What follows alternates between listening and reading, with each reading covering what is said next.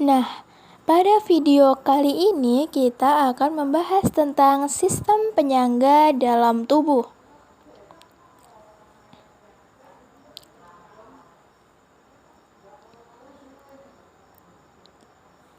Nah, kali ini kita akan membahas tentang 4 topik nih, yaitu ada penyangga karbonat, penyangga fosfat, penyangga asam amino atau protein, dan juga penyangga hemoglobin. Nah, yang pertama yaitu penyangga karbonat. Nah, senyawa apa sih yang ada di dalam sistem penyangga karbonat? Penyangga karbonat berasal dari campuran asam karbonat H2CO3 dengan basa konjugasi bikarbonat HCO3-. Penyangga karbonat terletak di dalam lambung. Nilai pH dalam darah dipertahankan pada 7,4 oleh larutan penyangga bikarbonat dan bikarbonat dengan menjaga perbandingan konsentrasi H2CO3 dan HCO3-. Pada penambahan asam, ion H+ akan diikat oleh ion HCO3- dan akan diubah menjadi H2CO3 sesuai dengan reaksi berikut. Nah, kemudian H2CO3 akan terurai membentuk CO2. Nah, jika metabolisme menghasilkan penambahan suatu basa, maka ion OH- yang dihasilkan akan bereaksi dengan H2CO3. Dapat dilihat sesuai dengan reaksi berikut. Yang ketiga yaitu penyangga fosfat. Nah, senyawa apa sih yang ada di dalam sistem penyangga fosfat? Penyangga fosfat merupakan penyangga yang berada di dalam sel. Penyangga ini adalah campuran dari asam lemah H2PO 4- dan basa konjugasinya yaitu HPO 4,2-. Darah manusia memiliki 7,4 pH dalam kondisi normal.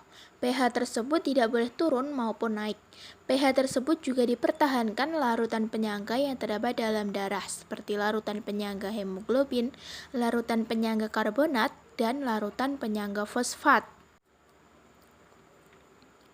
Apabila proses metabolisme menghasilkan zat asam lebih banyak, maka asam tersebut akan bereaksi dengan ion HPO 4,2- yang dapat dilihat seperti reaksi di bawah ini. Apabila proses metabolisme menghasilkan zat basa lebih banyak, maka basa tersebut akan bereaksi dengan ion H2PO 4- yang dapat dilihat menurut reaksi. Yang ketiga yaitu penyangga asam amino.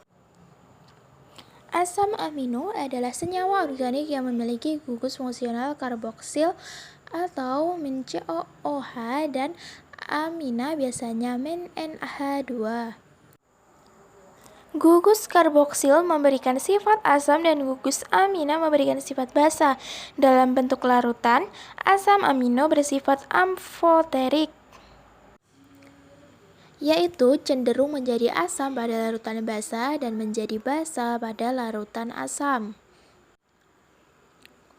Apabila asam amino larut dalam air, maka gugus karboksilat akan melepaskan ion H+, sedangkan gugus amina akan menerima ion H+, yang dapat dilihat pada reaksi di bawah ini. Karena kedua gugus tersebut dapat membentuk ion positif dan membentuk ion negatif, maka asam amino memiliki zwitter ion bersifat amfoter. Apabila tubuh kelebihan asam, maka kelebihan ion H+ akan diikat oleh gugus basa. Begitu pula sebaliknya. Karena kelebihan asam atau basa dinetralkan oleh asam atau basa dari gugus asam amino, maka pH asam amino relatif bersifat tetap. Nah, dan yang terakhir yaitu penyangga hemoglobin.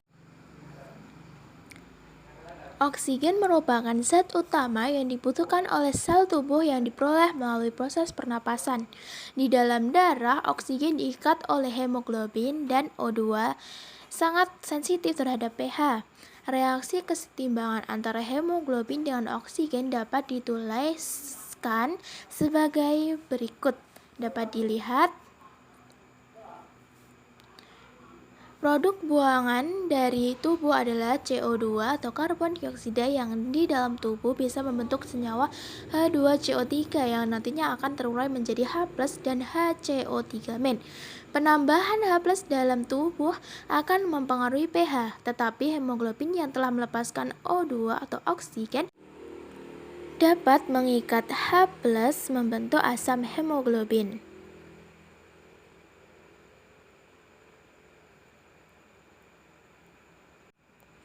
Sekian video penjelasan tentang sistem penyangga dalam tubuh yang dapat saya sampaikan. Terima kasih.